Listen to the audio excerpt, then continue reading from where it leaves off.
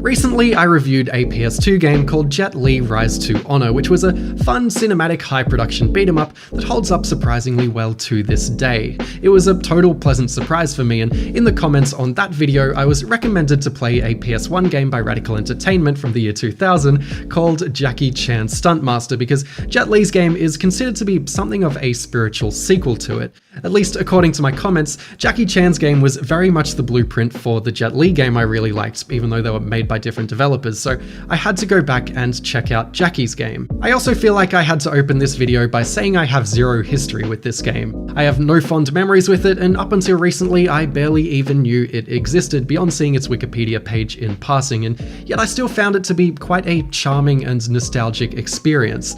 It actually managed to transport me back to my childhood regardless. Part of the reason for this, I think, is because it's one of the most video gamey video games ever made. It's filled with all the familiar old school gaming tropes and contrivances from its era. Like, there's red exploding barrels, there's secret areas, there's a secret level, there's button mashy beat 'em up combat with throws, dodges, and weapons, there's collectibles, there's a scoring system, there's a factory and a sewer level, there's crates you could smash to eat food to replenish your health, and you never question if eating crate food is a bad idea or not.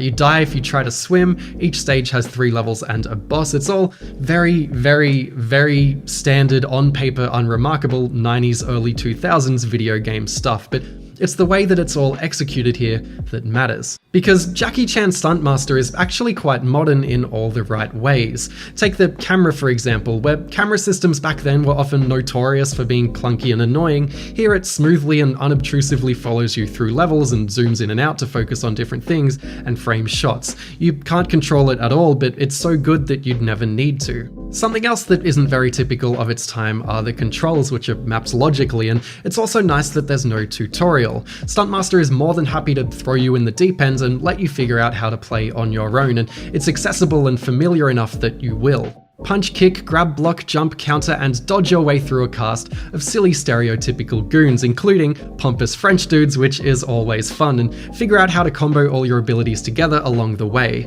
Also, the Australian guys are made out to be homeless-looking sewer dwellers, which is only half accurate. Come on. There's nothing you haven't seen before with this combat, but it's executed competently enough that it remains fun for the entire game. You have plenty of opportunities to throw dudes off buildings, there's crowd control attacks and different combos for different situations, countering is risky but rewarding, weapons are fun, it's all around solid combat and surprisingly layered. I enjoyed experimenting and stumbling into some of the combos and figuring out that countering was a thing on my own. It's not super punchy and it's not flawless, like some weapons aren't as useful as they should be and throwing them isn't great, and I'd like if you could grab enemies on the ground, but it's otherwise accessible, satisfying, and just sort of classic fun combat. Visually, I'm sure you've noticed the moody, baked-in lighting, which really brings a lot of texture and color to these otherwise simplistic locations, and incidentally, it helps mask the ultra-low resolution PS1 textures to the point where these low-res textures would feel like a minimalist design decision if they weren't a technical necessity. It helps that these locations are designed to look like minimalist vignettes where everything's big and exaggerated and not overly cluttered. It's always sort of clear what you're looking at, and aesthetically, it's just very graphically impressive. Rather than making Jackie look like real-life Jackie or making any of the models look like real-life humans, they've opted for more expressive caricatures, which, like the use of light, also plays to the PS1's strengths where detail isn't really an option. Then there's the unobtrusive heads-up display and the use of charming cartoony 2D sprites for the pickups, and alongside the accessible familiar gameplay and the typical gamey stuff and some fun cheesy 90s action movie music, Jackie Chan's Stuntmaster feels like one of those early 3D throwback games we're starting to see a lot more of, rather than an actual old PS1 game. Somebody call the cops!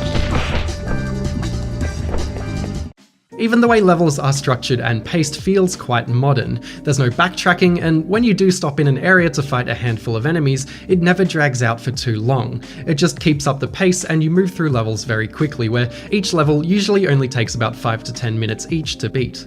There's even fun little Uncharted-style mini-action cutscenes cut in every now and then without loading screens, and there's a good dose of vehicle sections, whether you're running away from them or fighting on top of them, and these sections aren't entire levels in themselves, they just seamlessly transition in and out of regular levels. All of this stuff obviously is very simple these days, but Stuntmaster is actually quite ahead of its time here. It's very smooth in its execution, and Jet Li's game did a lot of similar things with how it was paced and presented, which I think is mostly why it draws so many comparisons, you know, alongside both games being third-person action games starring incredibly famous martial arts stars.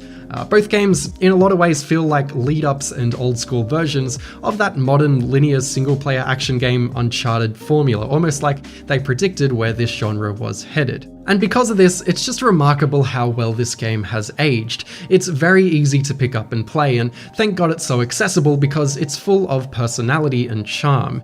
In a very PS1 looking cheesy pre-rendered opening cutscene, Jackie's grandfather gets kidnapped, and it's up to Jackie to fight his way out of a cafe that has his own movie posters on the wall and fight his way through New York City to save him, and that's enough of an excuse to beat up some bad guys while hurling cheesy one-liners at them. I am very angry with you.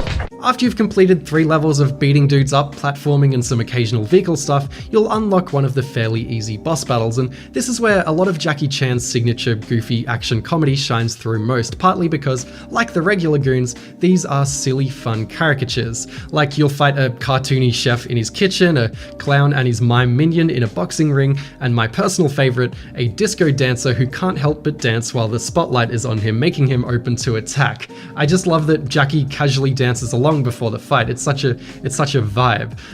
Every boss battle is bookended by these great cutesy cutscenes. Examining each part of Stuntmaster individually, like I've been doing so far, makes it seem like a really simple game, and frankly it is, and that works in its favour.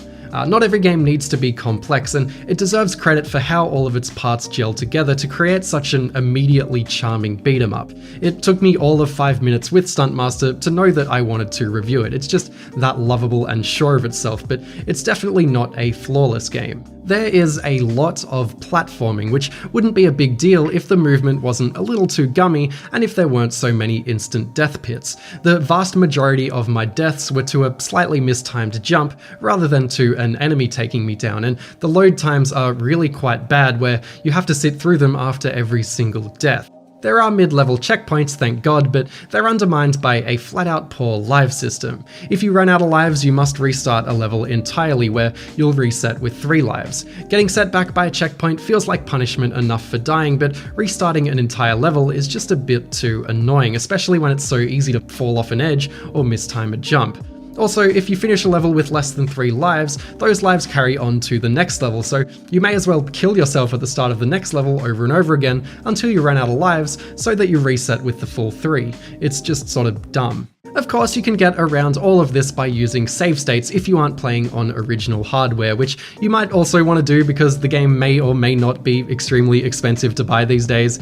I'm not insinuating anything at all here, carry on. The live system really only becomes a problem later on in the game because the later levels go way too hard with the platforming, which really sucks a lot of steam out of the game, and as a whole the game doesn't really crescendo in a way that you might expect it to initially. The combat scenarios don't really get any more difficult, nor do the boss battles, and there's not really any big set pieces later on in the game, or really any big set pieces or particularly memorable individual moments at all. If anything, the later locations get worse, as it ends on the least aesthetically interesting factory level. That said, if you collect all the collectibles in the game, or if you use a cheat code if you're lazy, we actually do get an appropriately cool finale with a Drunken Master themed secret level with entirely new assets and outfits and even wine that you can pick up and fight drunk with. This is the memorable crescendo that the game needed, and it's super cool that it's in here, but sadly it's only a few minutes long. After beating it, you'll be shown a behind-the-scenes video, which is very much a corny fluff piece with some shots of mocap and Jackie answering some simple questions, but if you read between the lines a bit, there is a few interesting takeaways. By all accounts, Jackie himself was actually very involved with Stuntmaster's development, beyond just the motion capture and voice work. He was supposedly consulted every step of the way, and I think his influence is pretty clear. At one point, he talks about the tone of the game and says this: I want to put more humor. It's not only the fighting, humor and the comedy. That's most important. I don't like violence. But the between violence and action is a very dilemma. Everybody thinks action is a violence, but look at my movie. I like action, so I put down as less violence as possible. Even in the game, I tell them put more comedy, show my physical jumping, kicking, then the kid can learn from all the jumping movement, turning kick, punch. It's like a exercise. You can certainly see his influence here on how the game has a more playful comedic tone to it. Like, Jackie didn't want the game to take itself too seriously, and so it doesn't. At another point, they ask Jackie if he plays games himself, and he simply says that games have gotten super complex compared to the games he played when he was younger. I play games because the game really gives me a lot of idea and it keeps my mind to keep working. But now the game's more difficult now. It's not like 10 years ago, 15 years ago. It's simple, 2 buttons. But now too many buttons, keeps you very busy.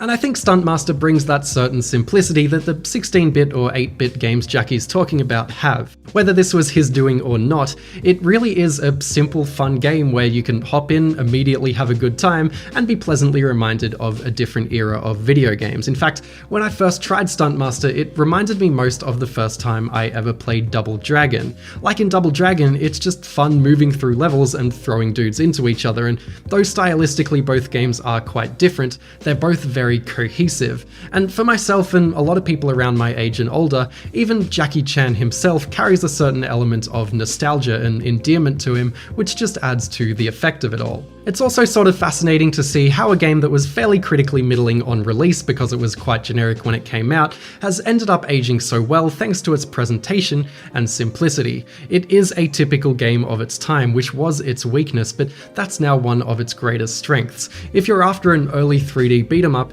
it's typical in all the right ways. Stuntmaster really does feel like it could have come out yesterday as like a indie PS1 throwback game on Steam or on Switch, and it's only about 5 hours long, so if you want to blast through it on a weekend or over a few weeknights, it is the exact right length for it. It's not an amazing nor a perfect game, but it is a very charismatic trip to the past, and at least for me, it was the exact sort of cathartic escapism that I needed in 2020.